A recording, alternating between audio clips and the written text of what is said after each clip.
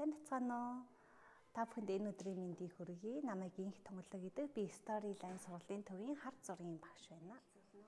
Намайг Түмэн Дэмбэрл гэдэг. Шүтээсийн үйлдвэрлэлийн дизайны 1-р курс оёт. Сабино намайг Арвишн гэдэг.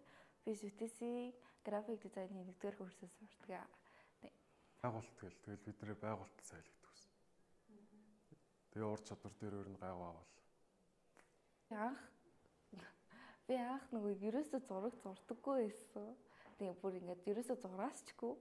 Тэгээд энэ сургуульд орж ирээд анх хар зураг ямар байдаг, тэгээд тэр өнгө дүрсүүдийг яаж тавих талаар, эстрийг яаж хийх талаар сурсан.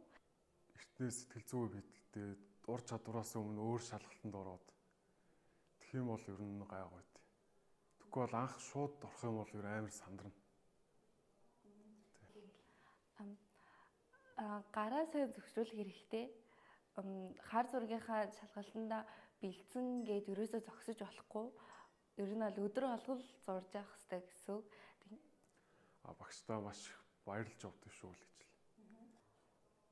Ингээд яг юучгүй байхад маань зааж өгсөн. Эхнээс нь бүгдийг нь төвчээртэйгээр зааж өгсөн багштай баярлаа. Тэгээ бидний дараагийн дунд болон гүнзгий шатны хичээл одоо 1 сарын 6-наас эхлэх гэж байгаа. Хамгийн багадаа 6 сар тасралтгүй сууж байж ур чадвараа эзэмшдэг.